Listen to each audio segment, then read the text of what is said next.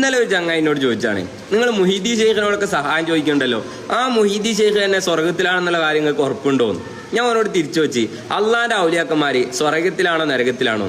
അപ്പോൾ പറഞ്ഞ എന്ത് ചോദിക്കാനാ, സ്വർഗത്തിലാണെന്നുള്ള ഒരു ഉറപ്പാണ്. അപ്പൊ ഞാൻ അവനോട് ചോദിച്ചു, അങ്ങനെയാണെങ്കിൽ അള്ളാന്റെ വലിയ എന്ന് പറയാൻ പറ്റിയ ഒരാളെ നിങ്ങൾക്ക് കാണിച്ചു തരാൻ പറ്റുമോ?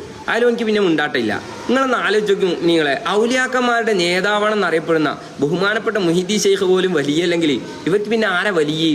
ഫൈസൽ മൗലവിയോ? ഇസ്ലാമിന്റെ പേരും പറഞ്ഞു നടക്കുന്ന പച്ചയായ മുനാഫിഖീങ്ങളാണ് വഹാബികൾ എന്നുള്ള കാര്യത്തിൽ യാതൊരു സംശയവും വേണ്ട. നിങ്ങളെ ഓൺലൈൻ മുഫ്തികൾ ഒരുപാട് ഉള്ളത് കൊണ്ട് തന്നെ നല്ല ബേജാറോടുകൂടി ഞാൻ പറയണേ, ഒരുപാട് സാധാരണക്കാരായ പാവപ്പെട്ട മുഫ്തികൾ പെട്ടുപോയിട്ടുണ്ട്. അനസമാനിസ്ത പറഞ്ഞ പോലെ അള്ളാന്റെ പേര് മാറ്റേക്ക് ഇവരെ ഡയലോഗ് മൊത്തം ഇതുവരെ ഉപ്പാപ്പ പണ്ടേ പറഞ്ഞിട്ടുള്ളതാണ്. ആദ്യ നബിക്ക് വേണ്ടി സുജൂദ് ചെയ്യാൻ കൽപ്പിച്ചപ്പോ ഇബ്ലീസ് പറഞ്ഞ എന്താ, അള്ളാഹ് നിനക്ക് വേണ്ടിയിട്ടാണെങ്കിൽ എത്ര സുജൂദ് ചെയ്യാൻ ഞാൻ തയ്യാറാ, എന്നാ ആദ്യ നബിക്ക് അത് പറ്റൂല.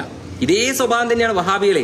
ലക്ഷക്കണക്കിന് ഹദീസുകൾ മനഃപ്പാടമാക്കിയ, ഖുർആനെ വേണ്ട രൂപത്തിൽ മനസ്സിലാക്കിയ ഇമാമിങ്ങൾ എന്തെങ്കിലും പറയുമ്പോൾ അത് സ്വീകരിക്കാൻ ഞങ്ങൾക്ക് പറ്റൂല. ഞങ്ങൾക്ക് ഞങ്ങളുടേതായ അഭിപ്രായങ്ങളുണ്ട്. ഇവർ ഈ സാധാരണക്കാരെ പേപ്പിക്കാൻ വേണ്ടി ഉപയോഗിക്കുന്ന പുതിയ ടെക്നിക്ക് എന്താ പറയാ, സിയവല്ലാന്റെ പേരിലും മറ്റുള്ള ഔലിയാക്കന്മാരുടെ മേലൊക്കെ പറയപ്പെടുന്ന കറാമത്തുകളെ ഒന്നും കൂടി ഊതി വലുതാക്കിയിട്ട് ഒരു വീഡിയോ ക്രിയേറ്റ് ചെയ്യും. എന്നിട്ടൊരു ക്യാപ്ഷനും, ഈ നൂറ്റാണ്ടിലും ഇത്തരം അന്ധവിശ്വാസങ്ങൾ പേറി നടക്കുന്ന ആളുകളാണ് സുന്നത്ത് ജമാഅത്തിന്റെ ആളുകൾ.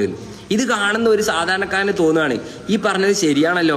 ഫസ്റ്റ് ഓഫ് ഓൾ ഞാൻ ഒരു കാര്യം പറയാം, കേൾക്കപ്പെടുന്ന കറാമത്തുകൾ മുഴുവനും വിശ്വസിക്കുക എന്നുള്ളത് ഈമാൻ കാര്യത്തിൽപ്പെട്ട കാര്യമൊന്നുമല്ല. അത് വിശ്വസിച്ചില്ലെങ്കിൽ ഒരു കുഴപ്പവും സംഭവിക്കാൻ പോകുന്നില്ല. പക്ഷെ നമ്മളിവിടെ ചർച്ച ചെയ്യപ്പെടേണ്ടത് കറാമത്തുകളുടെ അസലിലേക്ക് നോക്കിയിട്ടാണ്.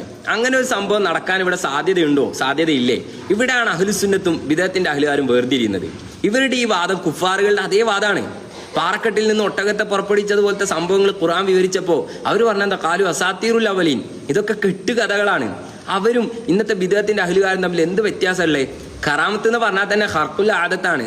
അസാധാരണമായിട്ട് എന്ത് സംഭവിക്കുമ്പോഴാണ് കറാമത്ത് എന്ന് പറയാം. സാധാരണ എല്ലാവർക്കും ചെയ്യാൻ പറ്റുന്ന കാര്യങ്ങളാണ്, പിന്നെ അതിന് കറാമത്ത് എന്ന് പറയേണ്ട കാര്യമില്ലല്ലോ.